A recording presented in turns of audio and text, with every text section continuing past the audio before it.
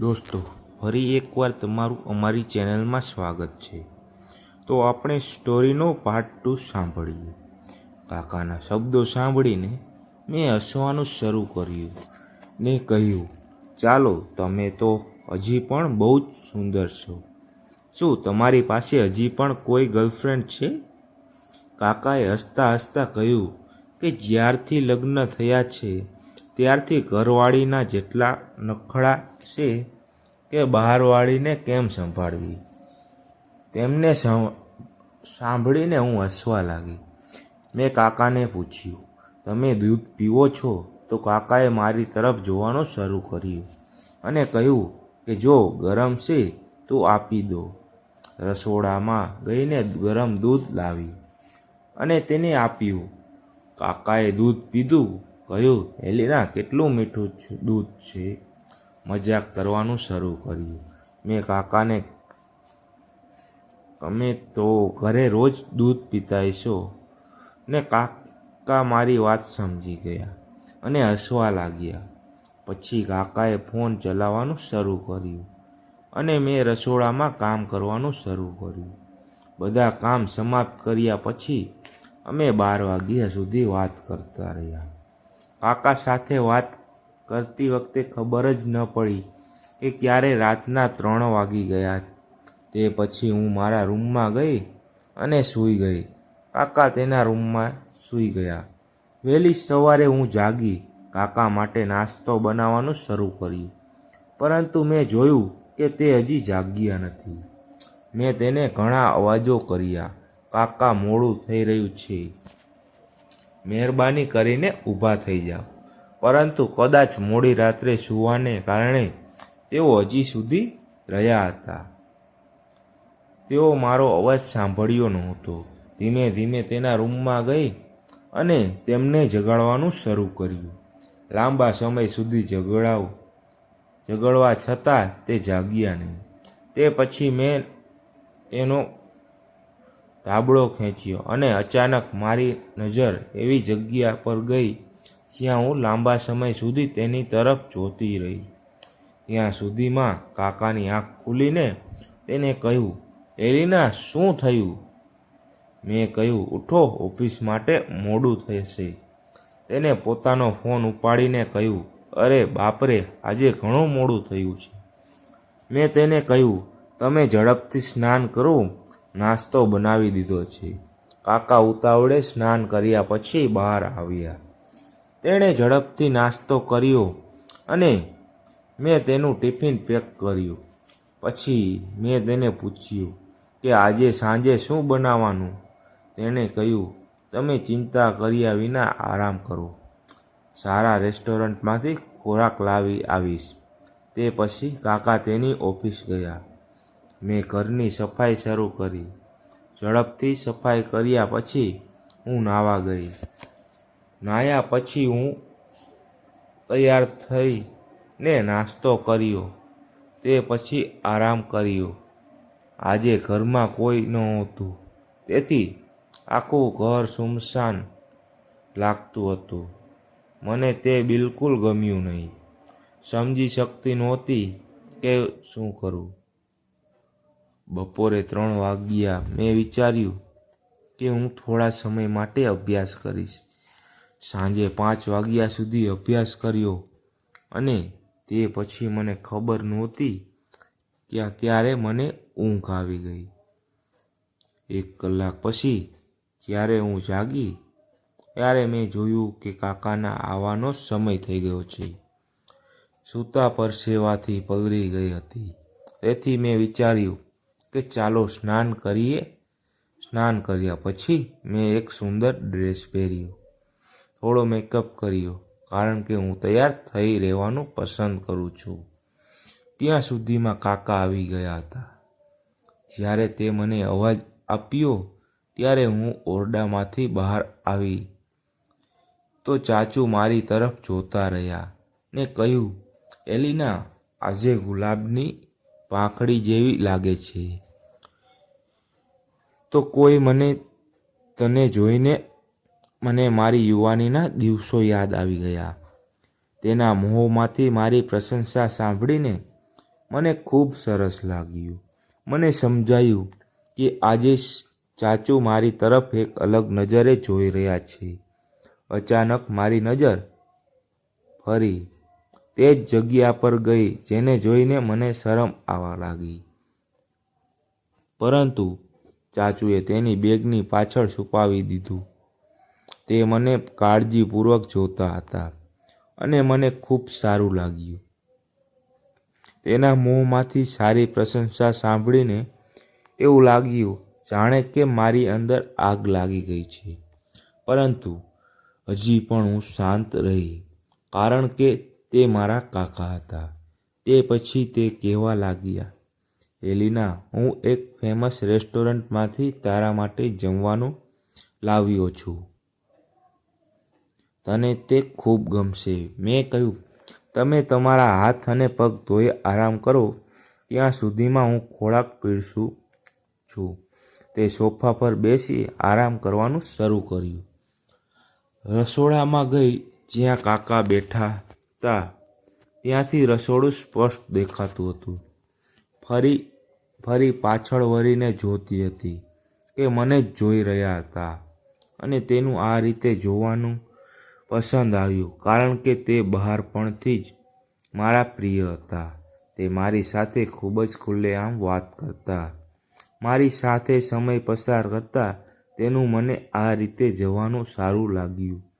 હું ખોરાક પીરસ્યાથી કે લાઇટ ચાલી ગઈ. ગરમી એટલી હતી કે ઉપર પરસેવામાં સંપૂર્ણપણે ભીન થઈ ગઈ હતી. હવે ચારે બાજુ અંધારું હતું.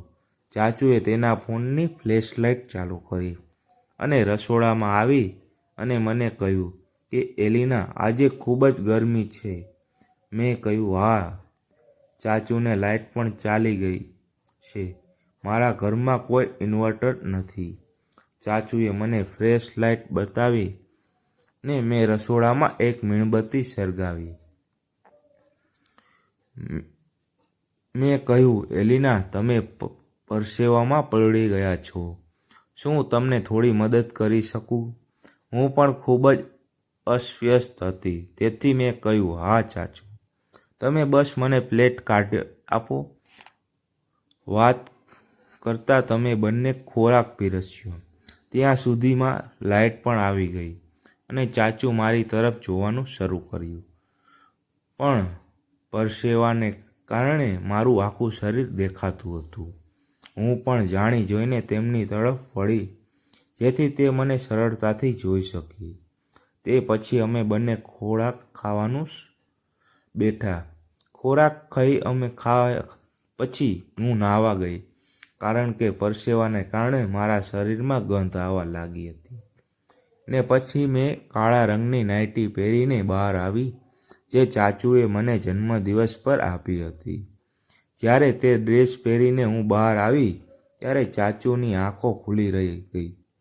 તેને કહ્યું કે એલિના, આ એ ડ્રેસ છે હું તમારા જન્મદિવસ પર લાવ્યો હતો. તો તમે તેમાં ખૂબ સરસ દેખાવ છો. આજે મને તમારી પાસેથી નજર હટાવવાનું મન નથી થતું. ફરીથી તેની પ્રશંસાથી ખુશ થઈ અને રસોડામાં કામ કરવાનું શરૂ કર્યું. ચાલુ કામ પૂરું કર્યા પછી બહાર આવી તો ચાચુએ બૂમ પાડીને કહ્યું કે તારા બહાર પર કોકરોચ છે. તેને મોઢેથી બૂમ પાડ્યું તો હું તેને ગળે લાગી ગઈ કારણ કે કાકા મને બહારપણથી જ ઓળખે છે. તને ખબર હતી મને કોકરોચથી બહુ ડર લાગે છે. મારી ગભરાટ જોઈને તે હસવા લાગ્યા. કહ્યું, એલિના, હું તો મજાક કરતો હતો. તું ખરેખર ડરી ગઈ? મેં કહ્યું, તમે જાણો છો કે હું કરોળિયાથી કેટલી ડરું છું. તો પણ તમે મારી સાથે મજાક કેમ કરી? હું હજી પણ તેની ગળી લાગેલી હતી. પરંતુ હોશ આવતા હું તરત જ તેની પાસેથી દૂર થઈ ગઈ. કાકાને કહ્યું કે માફ કરજો. તો કાકાએ કહ્યું, અરે પાગલ, અમે બંને મિત્રો છીએ. તો આ ચાલે છે અને હું તો તેની નાની સાળી માનું છું. આ કહીને કાકા હસ્યા. તે પછી તેને કહ્યું, એલિના, તું આજે મારી સાથે સૂઈ જા, કારણ કે તું ખૂબ જ ડરી ગઈ છો. મેં થોડીવાર વિચારવાનું શરૂ કર્યું, પછી શાંતિથી તેની નજીક બેઠી. પણ ફરી એકવાર લાઇટ ચાલી ગઈ. ત્યારે લગભગ 11 વાગ્યા હતા. કાકાએ કહ્યું, જો આપણે છત પર જઈશું તો તે સારું રહેશે. પરમાન ગઈ તે ચાદર સાથે છત પર આવ્યા અને મચ્છરદાની લાવી. છત પર ઘણી ગરમી હતી અને વીજળી હજી આવી નહોતી, તો મારી પાસે બીજો કોઈ વિકલ્પ નહોતો. થોડા સમય પછી હું ફરીથી પરસેવાથી ભીની થઈ ગઈ. તો ચાચુએ મારી તરફ જોઈને કહ્યું કે એલિના, હજુ થોડી હલકી નાઇટી પહેરીને આવ, તો આમાં સૂઈ શકીશ નહીં. મેં પણ એવું જ વિચાર્યું, પણ હું ખૂબ ચિંતિત હતી. પછી હું નીચે ગઈને સ્નાન કર્યા પછી હું જાળીદાર નાઇટી પહેરી આવી. મિત્રો, મેં એવી નાઇટી પહેરી હતી કે મારી સંતરાને મારી રાહની હરવા દેખાતા હતા. મેં ગરમીના કારણે અંદરથી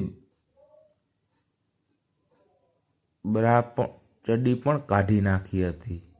જ્યારે હું છત પર આવી ત્યારે ચાચુ મારી તરફ જોતા રહ્યા. મને કહ્યું કે આજે તને જોયા પછી ખબર નથી મારા હૃદયમાં શું થાય છે. લીના, તને કંઈક મહેસૂસ થતું નથી? મેં કહ્યું, ચાચુ, હું સમજી શકતી નથી તમે શું કહેવા માગો છો.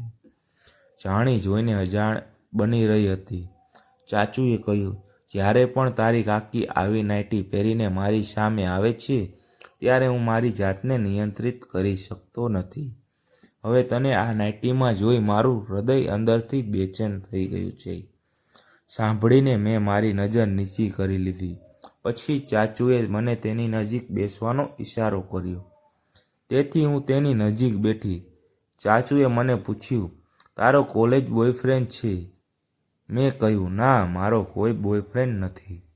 મારા અભ્યાસમાં વ્યસ્ત છું. આ બધા કાર્યો મારા માટે કોઈ સમય નથી. કાકાએ, એલિનાને, હવે તું મોટી થઈ ગઈ છે અને હજી પણ તારો કોઈ બોયફ્રેન્ડ નથી? તું કઈ સદીમાં જીવે છે? આ ઉંમરે છોકરીઓ કપડાની જેમ બોયફ્રેન્ડ બદલી રહી છે અને તમે હજી પણ જૂની જિંદગીમાં જીવી રહ્યા છો.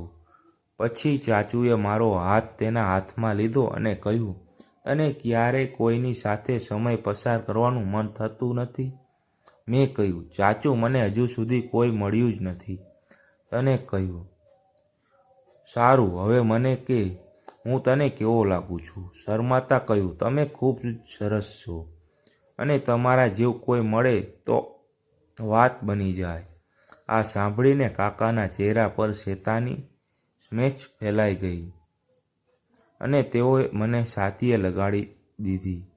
મારું હૃદય પણ અંદરથી બેચેન થઈ રહ્યું હતું, પરંતુ હું પોતાને નિયંત્રિત કરી શકી નહીં. ચાચાએ ધીરે ધીરે મારી આગળ લટને દૂર કરી અને મારા હાથ પર તેનું હાથ ફેરવવાનું શરૂ કર્યું. મેં પણ વિરોધ ન કર્યો. હું પોતાને ચાચુના હાથમાં સલામત સમજતી હતી. પછી ચાચુએ કહ્યું કે એલિના, હું તારી સાથે સમય વિતાવી શકું છું. તું ખોટું સમજતી નહીં. ફક્ત હું તને યુવાનીની અંદર સુંદર ક્ષણો આપવા માંગુ છું, જે દરેક છોકરી આજના સમયમાં ઈચ્છે છે.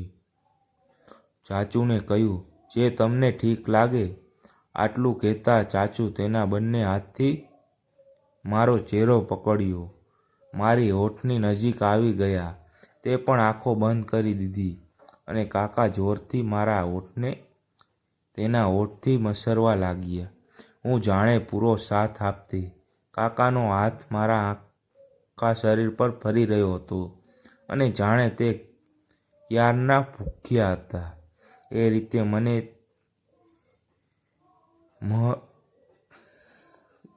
પણ કાકાને બધે ફેરવવાનું શરૂ કર્યું. પછી તેને મારા મોં દબાવ્યા, જે નાઇટીમાં હળવા દેખાતા હતા, જાણે ઉછળી પડતી હતી. પછી કાકાએ મને તકિયા પર સુવડાવી અને તેના શર્ટના બટન ખોલી નાખ્યા. તેની જાતિ તો જાણે મારું પાણી છોડવાની હતી. કાકા જીમ કરતા હતા, તેથી તેનું શરીર બહુ મસ્ત હતું. જે કાકાએ ધીમે ધીમે તેનું પેન્ટનું બટન ખોલે અને મેં શરમમાં તમારી આંખ પાસે મારા હાથ રાખી દીધા. કાકાએ કહ્યું, એલિના, શરમામાં જેવું નથી. આજે તને મજા આવશે. કાકાએ ધીમેથી પેન્ટની રાજા કાઢ્યો અને મને હાથમાં આપ્યો. ઉપર રાજાને જોઈ ઊભી થઈ અને રાજાને મસાલવા લાગી. પછી કાકા ઉચ્છેદિત થયા અને એક ઝાટકે મારા શરીરના એટી દૂર કરી દીધા. મારા હાથથી મારું શરીર છુપાવતી હતી. પછી ચાચુએ મારા હાથ પકડી લીધા અને તેના રાજાને મારા મોંની વચમાં મસલવા લાગ્યા. મારી અંદર પણ આગ લાગેલી હતી. પછી હું મારા હાથથી મારી રાણીને સુવડાવતી હતી. કાકા પણ મારી રાણીને પ્રેમ કરતા અને કહ્યું, એલિના, તું રહેવા દે, હું તારી રાણીને સંભાળીશ, તું બસ રાજાને સંભાળ. પછી કાકાએ રાણી ઉપર તેનું મોં રાખ્યું. ચિપ્સથી રાણીનો સ્વાદ લેવા લાગ્યો. થોડી વારમાં રાણી પાણી છોડવા લાગી. કાકાએ કહ્યું, ના આવે, જો મારો રાજા તારી રાણીને કેવી ખુશ કરે છે. પછી કાકાએ તેનો રાજા મારી રાણીની અંદર રાખ્યું અને બંને રાજા રાણી રમવા લાગ્યા. કાકાએ મને ખુશી આપવાનું શરૂ કર્યું, જેણે હું ઘણા દિવસોની રાહ જોઈ રહી હતી. ચાચુ સાથે ખૂબ સારું લાગતું. હું ટૂંક સમયમાં મેં બંને મારું કામ પૂરું કર્યું અને થોડા સમય પછી કાકા મને તેના કોલેજની વાર્તાઓ કહેતા રહ્યા. તે રાતે અમે વાત કરતી વખતે સૂઈ ગયા. બીજા દિવસે જ્યારે હું સવારે જાગી ત્યારે હું શરમથી ચાચુ સાથે આંખ મેળવી શકતી નહોતી.